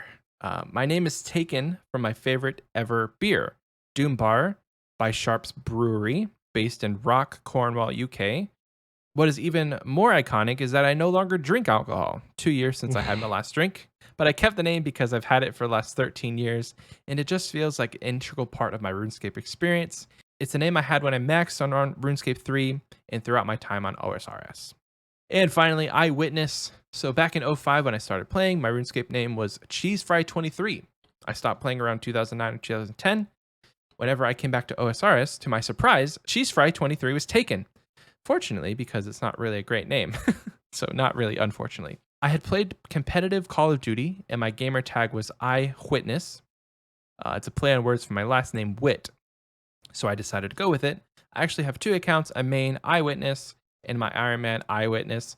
The only distinction for that for you audio listeners is, and I guess people on YouTube, their main account is the letter I and Witness, and then their Iron Man is the word I, EYE, Witness. So thanks so much for everybody who answered the community question. It was definitely a lot of fun to get all the backstories. If you'd like to answer this week's question, it will be, are you excited about the new client features Jagex is adding for the C++ client? And now it is time for the most important part of any episode, the achievement of the week, hosted by our very own Oxie. I never, ever want you to go because I'm going to go out on a limb and say you did not listen this far into any of the episodes that we released in the last 3 weeks to hear my absolute pain having to do your job. It's funny you mention that because for the lease episode and the Dills episode, the lease episode, we were flying from Vienna to Geneva. Flight left at like 7 o'clock in the morning, which was hell on earth, by the way. You ever had to wake up at 4 a.m. to go to an airport that is somehow still shoulder to shoulder packed? Awful. I listened to that episode, and literally as the plane hit the ground, it was all right, see you guys after this quick break. Like, all right, awesome. That's cool. And then flying from Geneva to London, I listened to the Dills episode, and we made it to, I want to say we made it to the community question, which listening to Dills read the community question, I thought was a lot of fun. Yeah. I thought it was a lot of fun to have Dills do the community question. That was a nice little touch there. Only got about halfway through that community question, and then we were off the plane and it was time to go. And then when I left, the new episode hadn't come out yet, and I forgot to listen driving home. So no, I have not listened, so much so that I definitely didn't forget that achievement of the week was a thing.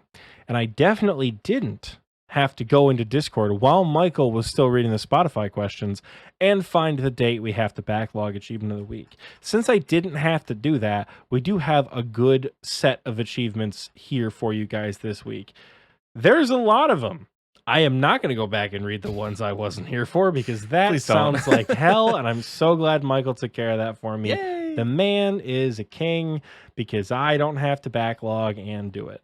There's a little bit of everything all over the place. So this week we're going to start with combat. We have Goffs with his first Corrupted Gauntlet KC. Everybody loves a good first Corrupted Gauntlet KC, if you guys know what I'm saying. And then I think the only other combat-related achievement we had this week, because there's a lot. You guys did a lot of skilling this week. A lot of skilling and a lot of BA. A feller named Matt, some of you might know him, he got his first Zulrah KC. I think he did a full Bofa. I love this. Man did like a full Bofa rebuild and got his first Zulrah KC. He's like, you know what? I am not going to leave anything to chance. He said, I am going to bring an F-18 fighter to a gunfight and see what happens. Like he's ready. He's absolutely ready for it. So congratulations to Goffs and a fellow named Matt for your PVM achievements this week. In the achievement cape realm ? Not too much. A lot of people got fighter torsos this week, which like is an achievement because you didn't slam your head into a wall doing it, which is awesome. So a couple fighter torsos. I want to say Cam got his wilderness elite achievement diary done in the wilderness, Lord. And this is actually capped off by 2 quest capes we've got. We've got Papa Roll and our boy Poorly Hung, aka Ice Swallow, Brandon, doing their quest capes. They did not do them together, although I kind of suspect that they both had to end on Night of the Theater. Not entirely sure. So in Brandon's screenshot, there's also EGTZ, Eggs. I don't know if I've ever actually spoken to you before, but you have the clan logo, so you're a part of TNL. He may have also gotten his quest cape this week because they're both standing there outside of the Wise Old Man doing the emote together. So if you got yours this week, EGTZ, congratulations to you too. Now on to the skilling portion. There are so many 99s that Michael is going to have to do a wonder editing to make sure that this all flows smoothly and you don't have to listen to Oxie scroll through the Discord to find them all. So, coming in first, Shadow actually has 2 99s this week. He got 99 construction and he got 99 thieving. I need to look this man up and see where he's at on the road to max here. I can tell you exactly. Has 2235 total level. He's still got some skills left to go, but he's pushing. He's going to be there. Michael, you got another contender in the race Shadow to and max. we actually talked about it, and we might try and max at the same time because the grinds that we have, he's got like rune crafting and mining left. But I'm so slow that literally he could probably do both of those because the man's going to be literally AFK to the max with school. So he's got all of the AFK grinds left. And so we talked about it, potentially going to max at the same time, which will be a lot of fun. That'd be the best double maxing party ever. Wouldn't it? I really would. That'd be awesome. I still wouldn't get to go to Max Island, which sucks. Although I suppose the perk of not maxing is that a lot of people can join me at Max Island when I finally do max. So, like, that's cool. Mr. Darkside76, longtime friend of TNL, got 99 woodcutting. Also got a beaver this week, which was pretty awesome. For Vitney, got 99 attack, which we do love to see. You haven't been here for the last couple weeks, obviously, but for Vitney has just been crushing it. He's got at least 199 every single week that I've been doing these. So really? Yeah. He also got 99 prayer. I was going to say, I thought he got 99 prayer as well. He did. There's 99 prayer from For Vitney as well. Our dear friend and another fellow Infernal Cape rank, Jamie, got 99 smithing this week. Jordy, the man of apparently 48 different usernames, got 99 cooking this week. And I think that just about caps off all the 99s this week. And we do one more scroll and make sure, but I think that's it. We did almost miss Jack Monero, who got his fire cape this week. Monero UK in the clan chat. Congratulations to you for getting your first fire cape as well. I think that caps off Achievement of the Week. Continue to do things that are awesome. If you did something awesome, put it in our Discord, whether it's in the Levels and Achievements channel, or the Awesome Drops channel, or the Iron Plaza channel, or if you got a ridiculously shitty drop that you want to show off, we have a channel for that too. Point of the story, join the Discord and hang out. If you didn't get shouted out this week, that is okay. Keep doing awesome things. You will get shouted out eventually. Hell yeah. You guys are awesome. And I'm glad I got to come back to a plethora of content to read about in my inaugural week back on Xpwaste. So just to save you a little bit of like cringe, I'll just tell you how I went. Thank you so much for doing that, by the way. That is harder than it looks, folks. You have to scroll through a channel that is not organized and then put things in a category in your head. So, Oxie, you're one hell of a man for doing that. One day we're gonna leave the Achievement of the Week section completely unedited, so you guys can we'll leave it in the show. It'll be a really bad part of that episode because you guys can hear. Again, it's a lot like the Patreon names where it sounds really good and it flows all together when we edit it to sound like that. But a lot of the times it's like, hold on, who is Oxie M? That's okay. So that's. Oh shit, I'm in the Party Pete's here. No wonder I don't recognize these names. Oxie M and Blood, is it Hound or Hound? It's Hound? Okay, Bloodhound. Yeah. So we cut a lot of that out to sound a lot smoother. And Achievement of the Week is no different. Maybe if you guys really want it, one week we'll have a super busy Achievement of the Week. And we'll just leave it unedited. You guys can see what the process is really like. Oh, man. Not that it's not worth doing, because I think it's a lot of fun that we shout people out. I've not listened to many other podcasts that kind of do this sort of recognition for some of these things that take hundreds of hours sometimes. Oh, yeah. So I absolutely love doing it. And I like how it sounds when it's done, edited. When it's finished being edited, it's just a little clunky to get all the words out sometimes. But yeah, the last one I did, instead of putting stuff in categories, I literally just read as they came in Discord. So there was Discord. Just read the link. So I was like, I'm really not good at this. So let's just make it as easy as possible. I'm just gonna go down the list. But I think now it is fun question time. But wait, we have some postcards to read. These are very interesting because one of them is actually. Let's just read it. So it says, "Dearest Xpwaste podcast hosts, I'm writing today to confess my love for Oxie. He is so funny and so handsome and is doing so good in the Inferno. What a perfect specimen. Anyways, Prague is awesome." It is Prague, right? I don't know. It might be. I can't read your handwriting. Who said it's my handwriting? What do you mean? I didn't send that postcard. Somebody else must have. Anyway, Prague is awesome. Old as shit, though. Old as shit, too. Ate at a restaurant that opened in 1375 the other day. 10 out of 10 would recommend coming here. From Para with love, Oxie's secret lover, admirer, and fanboy. I told you it wasn't me. It's definitely not Oxie. They have a fun question. Should we save these fun questions? Because we have you weren't here last week, but we actually have this postcard too, which has a fun question from Eyewitness that I didn't read. But we have two fun questions. We'll save these for next week. I was gonna say, hold on. Did you get the other postcard with the space thing on it? You sent me a Snapchat of that. Yeah, that's the one. Yeah. I have that. There might, I'm not sure who sent those, but there might be a fun question on that one too. There might be fun questions on all of these. There might be. There just might be fun questions on every postcard you have received from someone who's been traveling around Europe. And you can see right there, if you're on the video, is Oxie's original. I mean, somebody's original from Europe. Their original postcard that I've hung up on the wall. I think that's the Berlin one I see back there. Yep, yeah. It is Berlin. Yep. That's the only one that arrived. We sent postcards.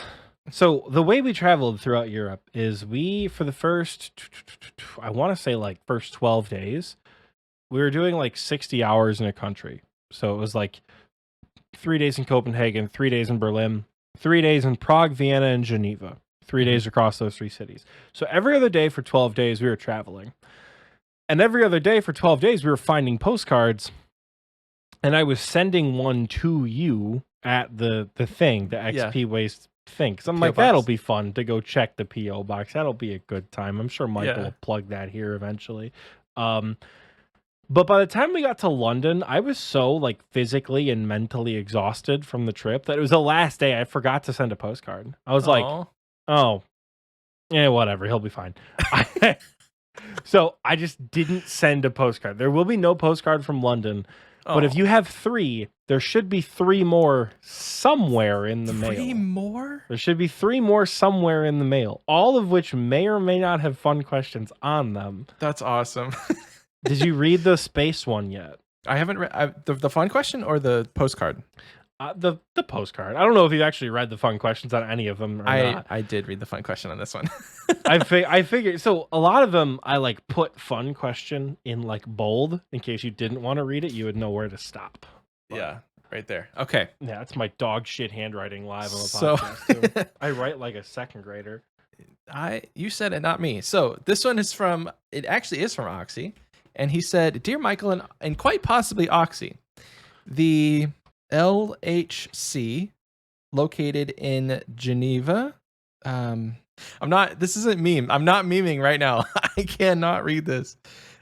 Slams particles? Oh, okay. Okay. There it is. We're not leaving any of that out. Michael's struggling through my handwriting either. What is large harem collide? Can you help me here? It's on the postcard, Michael. Check the upper corners of the back. The LHC, that's all it says. Check the bottom end Nope, nothing. Sorry, where man. it says Large Hadron Collider. Nothing here. I literally will show you this right now. It's not on there. The only part that says Large Hadron Collider is your handwriting. Where I say Large Hadron Collider written right there, and then it says LHC. Oh yeah, I suppose it doesn't say that on there, but yeah, that is the Large Hadron Collider in CERN, which is a facility outside Geneva, Switzerland. Okay, so with that knowledge, I'll continue reading. They slam together particles at damn near the speed of light. TLDR, answer to the universe, 10 out of 10, very cool. Answers to the universe, 10 out of 10, very cool. Fun question. So We'll yeah, save it there's for- we don't know which fun question we're gonna read. Michael just wanted to Yes. read the postcards. I love getting postcards. Thank you so much, whoever is It's Oxy. less fun. It's less fun now that I'm back that you haven't received them all. I was really Right. hoping you would receive them while I wasn't here. You would think 3 weeks would be enough time to get them to me. International but this says postage takes forever though. it says love and exhausted but still devilishly handsome Oxy. Thank you, Oxy, for sending those postcards. So I think this will be the fun question that we ask from Eyewitness, because I haven't read it in like 2 weeks, so I don't remember what it was.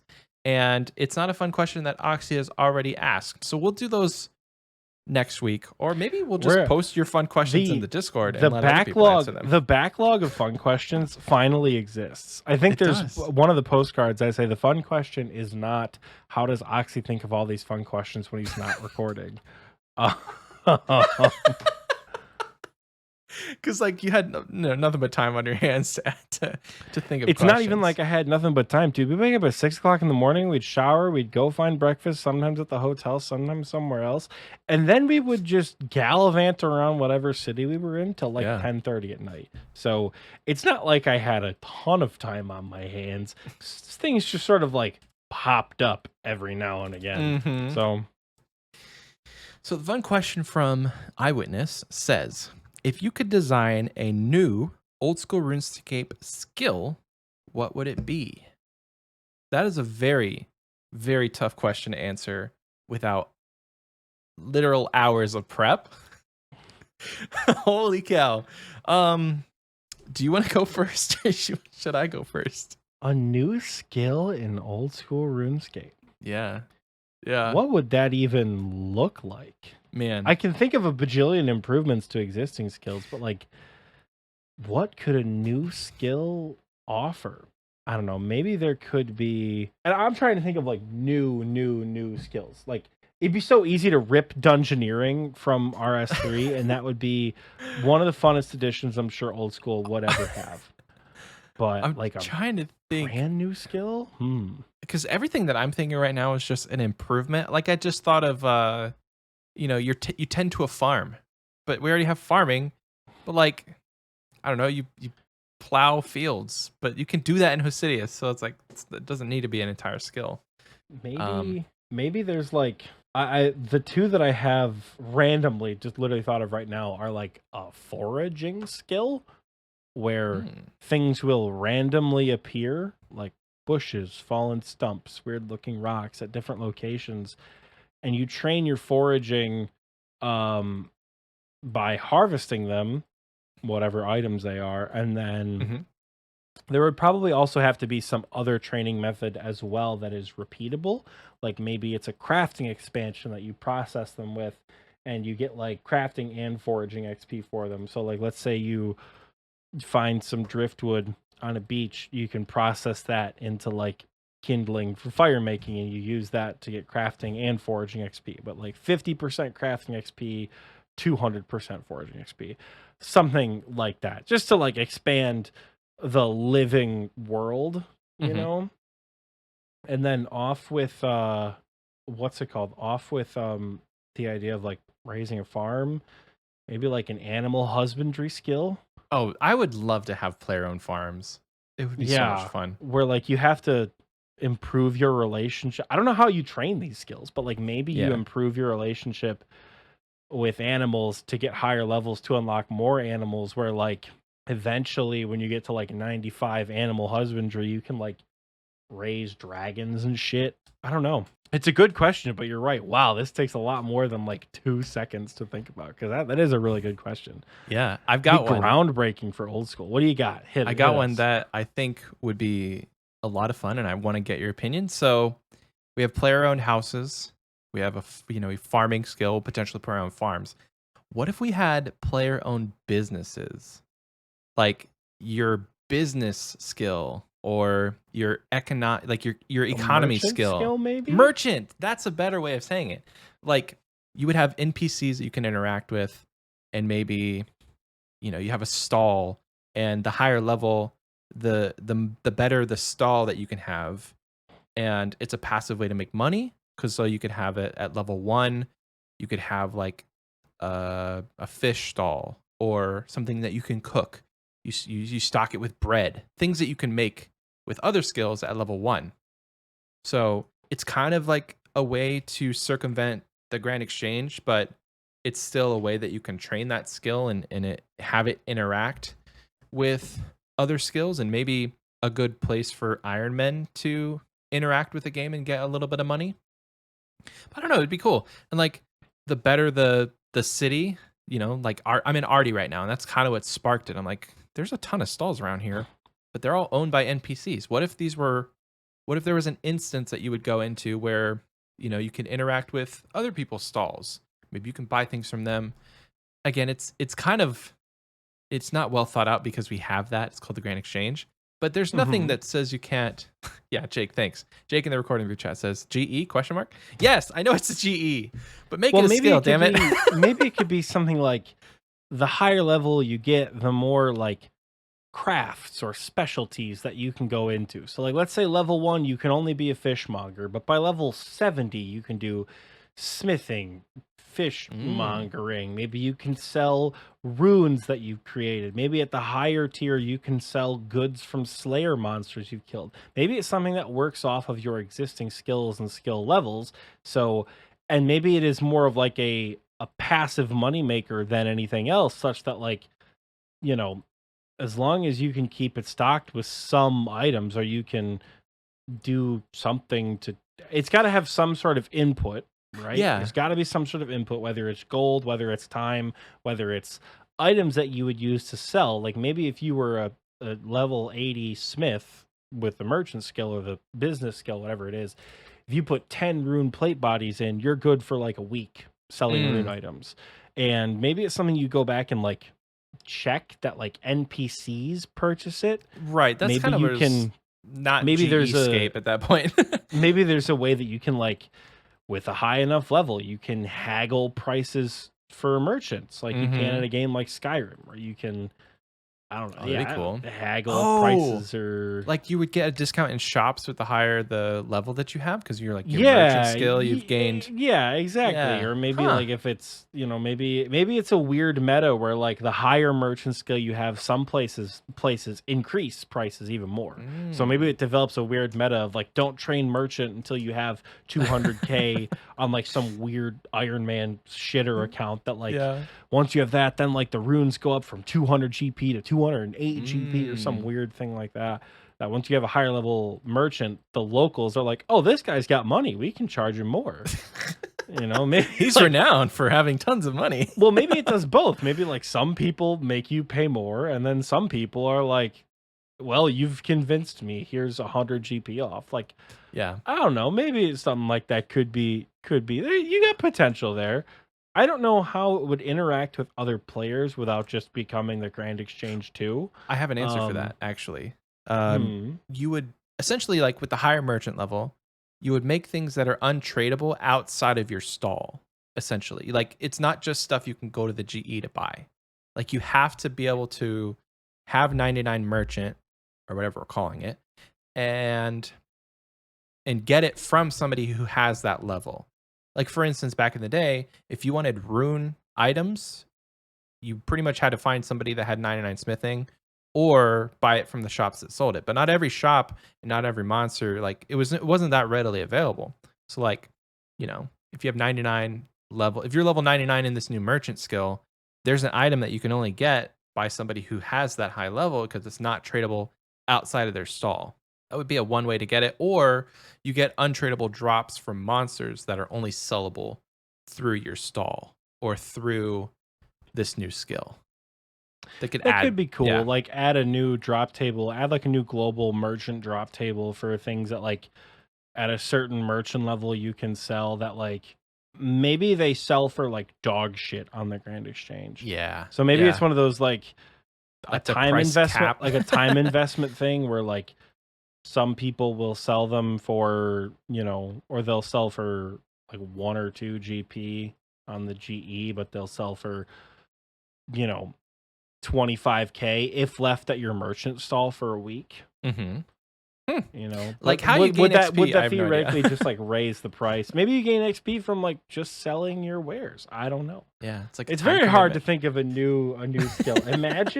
Imagine putting all the work in to think of a brand new skill and really wondering like, how could it benefit the game? This is going to be so good. And then some shitters who think this game was better in 2007 downvote it in the polls. Down with the polling system. Add a new skill. There was an entire article that me and Dills were going to cover, but essentially, this journalist interviewed Mod Kieran and Mod Elena about the polling system and their thoughts on it, and they talked about the fact that like they're really thinking about how to get a new skill in the game, but like it's very hard to do with the polling system as it is. So it's a great read. I highly recommend it. Integrity change. Actually, that's what they did back in the day. They added farming, hunter, construction, and all sorts of stuff without asking any questions. They just put it in the game. That's so true. Like everybody was excited for that, though. That's a crazy part. Anyway, guys, thanks so much for the fun question. Eyewitness. You'll see your postcard on the board next week, and then Oxie's postcards in the following weeks will be up there as well. This is a giant postcard, by the way. Like, I think at the top of it, I put "fuck it" long postcard. You did. You really did. That's awesome. All right, guys, it is the end of the episode. Thank you so much for listening this far in. If you want to support us, head over to the description of the episode. It's going to be on any podcast app that you listen to and on YouTube. So check them out. Check us out in the description. We have our Patreon link. We have our shop link.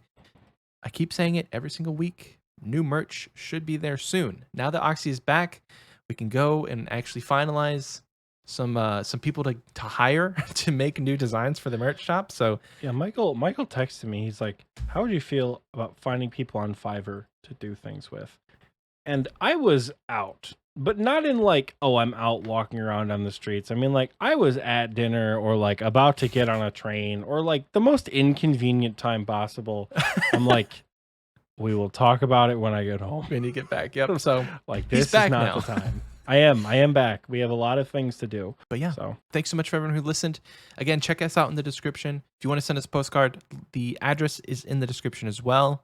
I've been streaming pretty regularly. So follow me on Twitch. You can follow Oxie on Twitch too. If you want if you want a good time, check out Oxie's YouTube. Lots of great guides there. if you want a better time, check out Michael's YouTube. A dead series that will never be revived. Anyway, Xpwasters, it's been a great time. We thank each and every one of you, and we'll see you guys next Thursday. Bye. Bye.